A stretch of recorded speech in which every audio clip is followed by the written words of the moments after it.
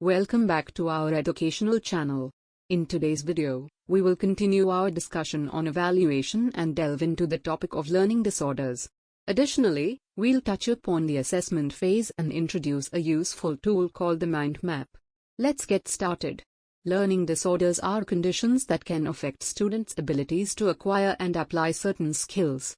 Let's explore some of the common learning disorders and their characteristics. First, we have dyscalculia, which refers to difficulties in understanding mathematics and performing calculations. Students with dyscalculia may struggle with number sense, spatial reasoning, and mathematical concepts. Next, we have dysgraphia, a disorder that affects handwriting, spelling, and spatial organization. Students with dysgraphia may have illegible handwriting, struggle with spelling, and face challenges in organizing their written work on the page.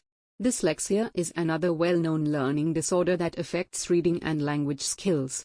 Individuals with dyslexia may have difficulties recognizing and understanding letters, words, and sentences. They may experience slow reading fluency and may need additional support to develop their literacy skills. Another learning disorder is dysphagia or aphasia, which involves difficulties in understanding spoken language. Students with dysphagia may struggle to comprehend verbal instructions or have trouble expressing their thoughts and ideas verbally. Now, let's shift our focus to the assessment phase, which is a preliminary step in the evaluation process. Assessment involves gathering information about students' abilities, strengths, weaknesses, and learning needs.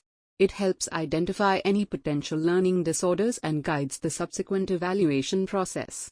Evaluation, on the other hand, is a broader process that encompasses assessment and goes beyond to provide a comprehensive understanding of students' academic and non-academic development.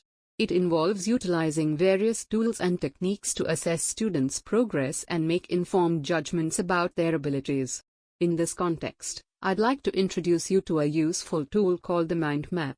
Developed by Tony Buzan, a mind map is a visual representation of information that helps organize and connect ideas in a structured and creative way. It can be a valuable tool for students to brainstorm, plan their work, and make connections between different concepts. Learning disorders present unique challenges for students, but with proper assessment and evaluation, educators can provide targeted support to help them overcome these difficulties. We hope this video has provided you with valuable insights into learning disorders, the assessment phase, and the concept of mind maps.